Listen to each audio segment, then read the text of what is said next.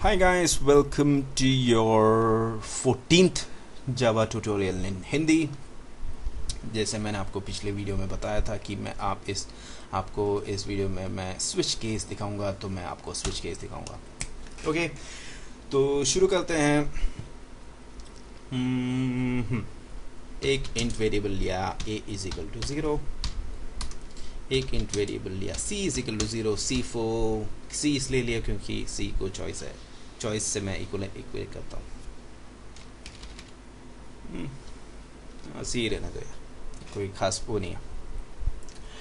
मेरा इस प्रोग्राम से क्या होगा कि अगर a का वैल्यू 1 है तो आउटपुट में आएगा यूँ 1। अगर a का वैल्यू 2 है तो आउटपुट में आएगा 2।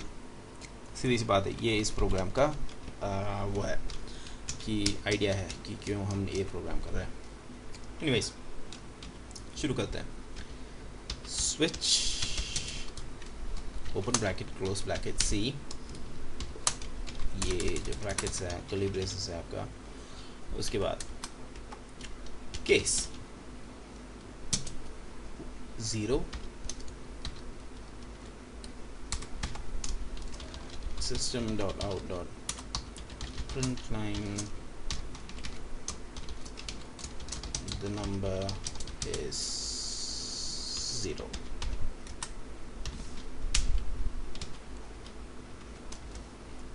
ब्रेक,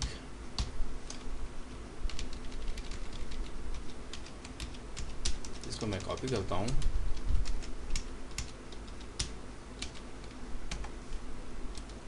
यहाँ पे पेस्ट करता हूँ, यहाँ पे पेस्ट करता हूँ।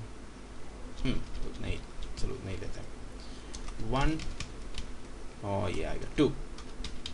अगर 1 है तो ये प्रिंट करेगा 1, और अगर 2 है तो ये प्रिंट करेगा 2। और अगर इनमें से कोई सा भी नहीं है तो ये एक डिफ़ॉल्ट वैल्यू होगा। डिफ़ॉल्ट मतलब क्या होता है? डिफ़ॉल्ट मतलब जो बाय ओरिजिनलिटी जैसा है तो वो वैसे है। तो एक प्रिंट करेगा system.out.println, फ्रंट लाइन नहीं, प्रिंट लाइन, और this number is not 1 2 or 3। नहीं, क्या कर रहा हूँ मैं? 1 0 किसी और दुनिया में चला गया एक सेकंड के लिए। होता है कभी कभी मेरे साथ, प्लीज़ बेयर विद मी। तो बेसिकली क्या हो रहा है यहाँ पे, काफ़ी सिंपल सी चीज़ है, कॉम्प्लिकेटेड नहीं है। और जितना सिंपल आप इसको लेंगे उतना, और जितना दिल खुश हो के आप किस चीज़ को लेंगे उतना बढ़िया तरीके से आपको समझ में आ जाएगा। देखिए, हमने पहले एक ए इज इक्वल टू 0 रखा है और सी इज इक्वल टू 0 रखा है। सी मैंने चॉइस के लिए, जो सी 0 है तो एक्चुअली मुझे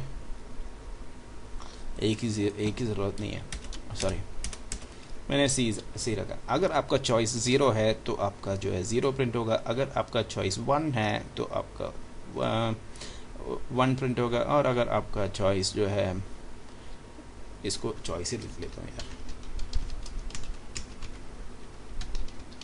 ओके, ये आपको ज़्यादा आसान हो गया होगा। अगर आपका चॉइस 0 है तो ये नंबर है 0। अगर आपका चॉइस 1 है तो नंबर इज़ 1। अगर आपका चॉइस 2 है तो आपका वैल्यू जो है 2 है। अब ये कैसे, इसका स्ट्रक्चर कैसे है? स्विच क्या है? स्विच जो है स्विच क्या है? स्विच आपका बल्ब का स्विच है, वो भी एक स्विच है। स्विच बहुत तरीके से, स्विच क्या करता है? स्विच इसका वैल्यू देखता है।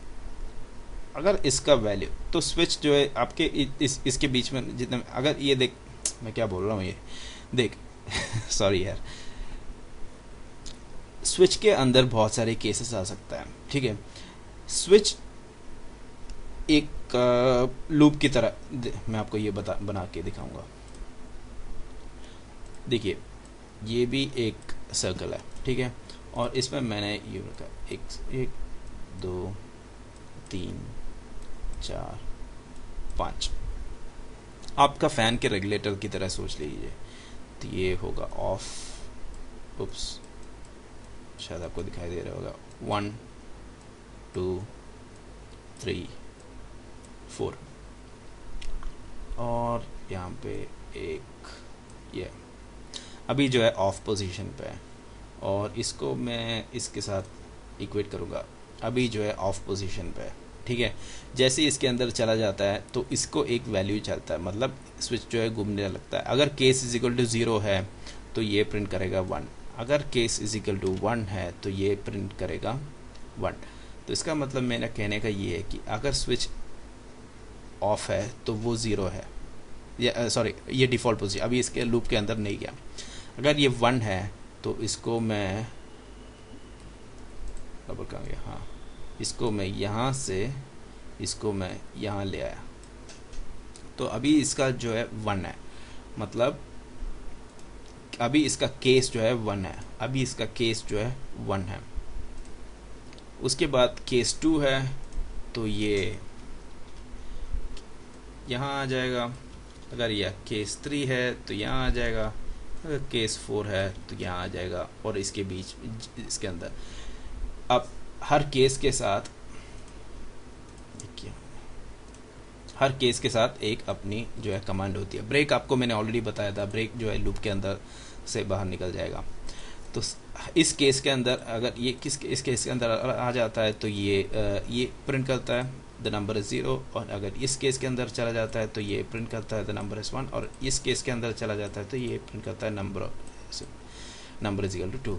अब हमें कैसे पता होगा कि कौन से केस में जा रहा है, क्योंकि हमने चॉइस का जो है इक्वलेंट रखा। मेन कंडीशन क्या है, चॉइस है यहाँ पे। अगर चॉइस 1 है तो 0 है तो ये केस 0 पे जाएगा, अगर चॉइस 1 है तो ये केस 1 पे जाएगा, और अगर चॉइस 2 है, जैसे मैं इसको यहाँ पे रख रहा हूँ, तो ये जो है केस 2 के अंदर चला जाएगा। ठीक है, इसको मैं सेव करता हूँ, इसको मैं चला के देखता हूँ। अरे यार ये क्या है, कोई एरर नहीं है। द नंबर इज 2, क्योंकि हमारा, अरे यार क्या आ रहा बार बार, डोंट सेव।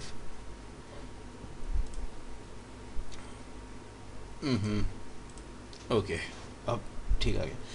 नंबर इज 2 क्योंकि जो है अभी हमारा क्या हो रहा है, ये चॉइस 2 है इसलिए ये 2 आ गया। Okay, sorry for trouble guys, मैं यूँ जानबूझ के नहीं किया था क्योंकि गलती हो गई थी मेरे से, पता नहीं कौन कौन सा विंडो कब आ गया था। एनीवेज, इससे मुझे लगता है कि आपको जो है स्विच केस समझ गया है। अभी आप सोच रहे होंगे कि इतने सारे different types of control statements क्यों हैं। हमने फॉर देखा, हमने डू वाइल देखा, वाइल देखा, अब स्विच केस देख रहे हैं। इन सब चीज़ों की एक कारण है जो आपको आगे जितना ज़्यादा प्रोग्रामिंग करते रहेंगे तब उतना ज़्यादा आपको पता चलता रहेगा। प्रोग्रामिंग सिर्फ 1 to 10 या फिर ऐसे ट्रू और फॉल्स देखने के लिए नहीं होता है। प्रोग्रामिंग जो है मतलब ये बस एक शुरुआत है।